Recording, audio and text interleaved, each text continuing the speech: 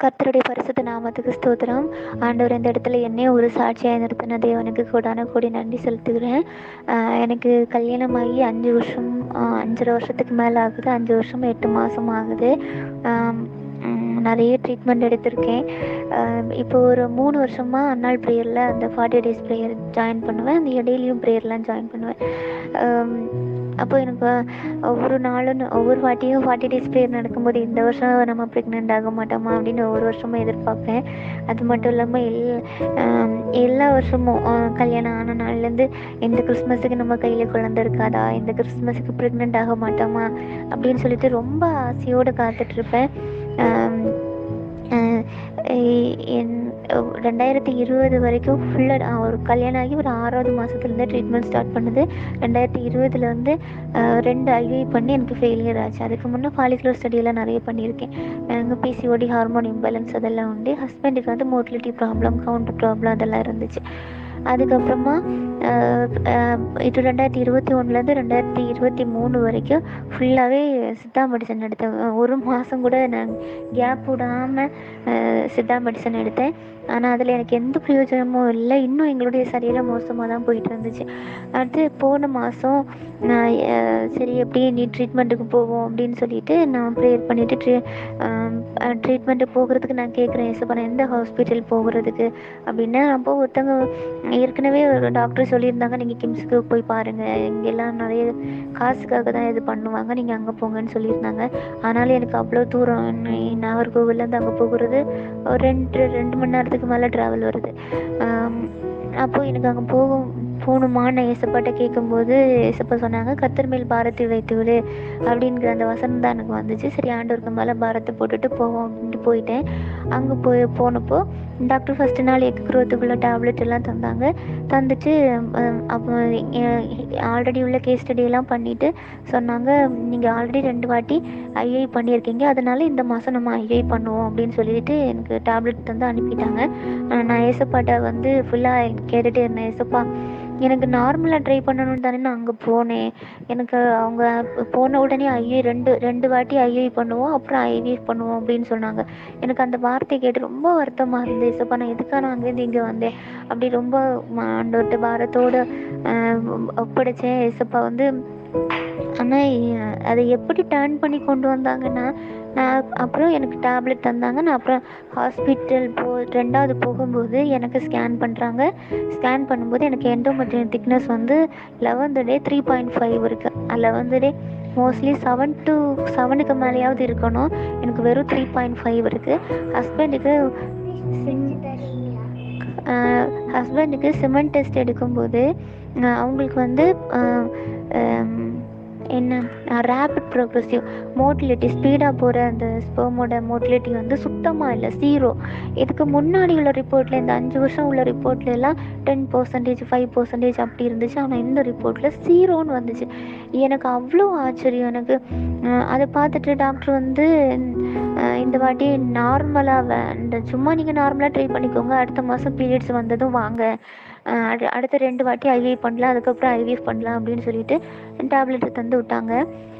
ஆக்சுவலாக இந்த endometrium thickness இல்லாமல் இருக்கிறதுக்கு அது கரு தங்கி பிடிச்சி வளர்கிற அந்த இடம். அதுக்கு குழந்தைக்கான வாய்ப்பு அதில் இல்லை. ஹஸ்பண்டுக்கு மோட்டிலிட்டி இல்லை, அதுக்கும் நார்மலுக்கும் வாய்ப்பு இல்லை. ஐவி பண்ணாலும் சான்ஸ் ரொம்ப கம்மி. அப்போ அப்படி ஒரு சூழ்நிலை.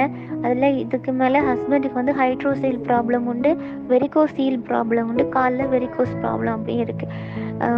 அது இந்த டாக்டர் வந்து கைவிட்ட ஒரு சூழ்நிலை தான். அந்த இடத்துல நான் அவ்வளோ அழுதேன். எனக்கு அவ்வளோ அழுதேன். ஏசப்பா என்ன இது இப்படி இருக்கே, எப்படி சாத்தியமாகும் அப்படின்ட்டு அவ்வளோ அழுதேன். ஆனால் ஒவ்வொரு நாள் ஆண்டவர் வசனத்தை தந்து தான் தேட்டுவாங்க. அதிலும் நாங்கள் அந்த ஓவலேஷன் டைம்லலாம் ட்ராவல் பண்ணக்கூடாது சொல்லுவாங்க. நாங்கள் வந்து நாகர்கோவிலேருந்து ஊருக்கு பைக்கில் போனோம். நாகர்கோவிலேருந்து திருநெல்வேலிக்கு பைக்கில் போனோம். அது சும்மா தான் போனோம். அப்படி எந்த ஒரு இதுவும் இல்லாமல் தான் போயிருந்தோம். காரணம் இல்லாமல் சும்மா போயிட்டு வந்தோம். அடுத்து இடையில ஒரு நாள் 4 மாவடி போனோம். அதுவும் ட்ராவல் தான். இங்கேருந்து தூத்துக்குடிக்கு ட்ராவல் எவ்வளோ, ஒரு 3 மணி நேரத்துக்கு மேலே ட்ராவல் வருது. அப்படி ட்ராவல் பண்ணோம். என்னோடய வீட்டிலேருந்து அம்மா வீட்டுக்கு 1 hour ட்ராவல் இருக்குது பைக்கில். அது நாங்கள் வாரத்தில் ஒரு நாள் போகிற மாதிரி போயிட்டு வருவோம். அப்புறம் வீட்டில் உள்ள எல்லா வேலைகளும் செய்வேன். முன்னாடியெல்லாம் மாடிப்படி ஏற மாட்டேன், வீடு தூக்குறது, முத்தம் தூக்குறது, துடைக்கிறது, அந்த மாதிரி எந்த வேலையுமே செய்ய மாட்டேன். ஆனால் இந்த வாட்டி நான் அப்படி இல்லவே இல்லை. ஆனால் ஏசப்பா தருவாங்க அப்படின்ட்டு நினச்சிட்டு இருந்தால முக்கியமான விஷயம் என்னென்னா, டாக்டர் வந்து என்கிட்ட சொன்னாங்க, நீ அடுத்த மாதம் பீரியட்ஸ் வந்ததும் வாங்க 2 வாட்டி ஐவி பண்ணி அடுத்து ஐவிஎஃப் பண்ணலான்னு சொன்னாங்க. அவங்க சொல்லி அனுப்புன அந்த நாள்லேருந்து நாங்கள் வீட்டில் வந்து என்ன முடிவு எடுத்தோன்னா, எனி ட்ரீட்மெண்ட்டுக்கு போக வேண்டாம், இவ்வளோ நாள் ட்ரீட்மெண்ட்டுக்கு போயிட்டேன், எனி ட்ரீட்மெண்ட்டுக்கு போக வேண்டாம், ஏசப்பா தந்தா தரட்டும் அப்படின்னு ஒரு முடிவு எடுத்தோம் நாங்கள். அந்த முடிவு எடுத்துட்டு அது வரைக்கும் எங்கள் வீட்டில் ஃபேமிலி ப்ரேயர் அவ்வளோவா இருக்காது. நான் ஏசப்பாட்ட சொல்லுவேன், ஏசப்பா என் ஹஸ்பண்ட் எப்படியாவது ப்ரேயர் பண்ண வைங்க ஏசப்பா. அவர்கிட்ட ப்ரேயர்னு சொன்னாலே அவருக்கு அவ்வளோ கோபம் வரும். ஆனால் அதுக்கப்புறம் ஆண்டவர் வந்து எங்கள் 2 பேரையும் காலையிலையும் நைட்டும் ப்ரேயர் பண்ண வச்சாங்க. ஆண்டவருடைய பெரிதான கிருபையினால் நான் நினச்சே பார்க்கல. எனக்கு நிறைய நிறைய நாள் ஆயிட்டு. ஆனால் நான் செக் பண்ணுறதுக்கு பயந்துட்டு தான் செக் பண்ணாமலே இருந்தேன். நேற்றுக்கு பிரதர்கிட்ட வந்து ஃபோன் பண்ணி ப்ரேயர் பண்ணேன், எனக்கு ப்ரேயர் பண்ணிக்கோங்க அப்படின்ட்டு. நான் இவ்வளோ நாள் செக் பண்ணி ஏமாந்துட்டேன், நாளைக்கு எனக்கு ஏமாற்றம் வரக்கூடாது அப்படின்ட்டு. அப்போ அவர் வந்து நல்லா ப்ரேயர் பண்ணிட்டு சொன்னாங்க, உங்களையும் உங்கள் கருவையும் அற்புதமாகவும் அடையாளமாகவும் ஆண்டவர் நடத்த போகிறார் அப்படின்னு சொல்லிட்டு சொன்னாங்க. எனக்கு அந்த வார்த்தையை கேட்டதுமே எனக்கு ரொம்ப ஒரு சாட்சியாக ரொம்ப அது எப்படி சொல்கிறது இல்லை, நல்ல கன்ஃபர்மேஷனாக இருந்தது.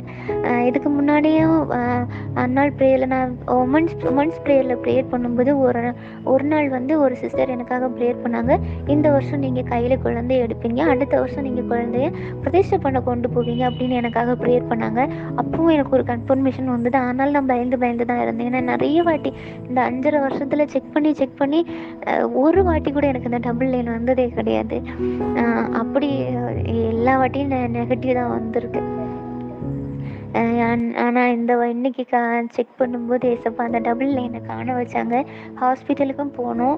ஹாஸ்பிட்டலில் போய் இன்றைக்கி ஸ்கேனெல்லாம் எடுக்கல, 1 வீக் தாண்டி 7th வீக் தான் ஹார்ட் பீட் வரும், அதனால் அடுத்த வாரம் வாங்கன்ட்டு சொல்லி விட்டுருக்காங்க. அடுத்த வாரம் ப்ளட் டெஸ்ட்டுக்கும் ஸ்கேனும் எடுக்க சொல்லியிருக்காங்க. இது ஏசப்பா கொடுத்த குழந்தை. நான் இவ்வளோ வேலை செஞ்சுருக்கேன். நான் முன்னாடியெல்லாம் ரொம்ப ரெஸ்ட்டில் இருக்க மாதிரி தான் இருப்பேன் என் பேபிக்கு ட்ரை பண்ணும்போது. ஆனால் இந்த வாட்டி அப்படி இல்லை, அவ்வளோ ட்ராவலு, அவ்வளவு வேலை எல்லாம் செஞ்சுருக்கேன். ஆனால் ஏசப்பா அந்த 60 நாள் தங்க பண்ணினார். அது ஆண்டவருடைய பெரிய கிருபையினால தான். எனக்காக எல்லோரும் ப்ரேயர் பண்ணிக்கோங்க. இந்த ப்ரெக்னன்சி ஜேர்னி ஏசப்பா நல்ல விதமாக முடிக்கணும், நல்லபடியாக ஒரு குழந்தைய பெற்றெடுக்கணும். ஒவ்வொரு ஸ்கேன்லேயும் ஆண்டவருடைய கரம் கூட இருந்து வழி நடத்தணும். அதுக்காக எல்லோரும் ப்ரேயர் பண்ணிக்கோங்க. நம்ம கையில் எதுவும் இல்லை. நம்ம ரெஸ்ட் எடுக்கிறது, ட்ராவல் பண்ணுறது, யார் என்ன வேணால் சொல்ல. நானே முன்னாடி நினைப்பேன், நம்ம ட்ராவல் பண்ணக்கூடாது, ரெஸ்ட் எடுக்கணும், சமையல் கூட பண்ணக்கூடாதுன்னு நினச்ச நாட்கள் கூட உண்டு. நிறைய பேர் மிக்ஸி கூட அரைக்கக்கூடாது அப்படி சொல்கிறவங்களும் இருக்காங்க.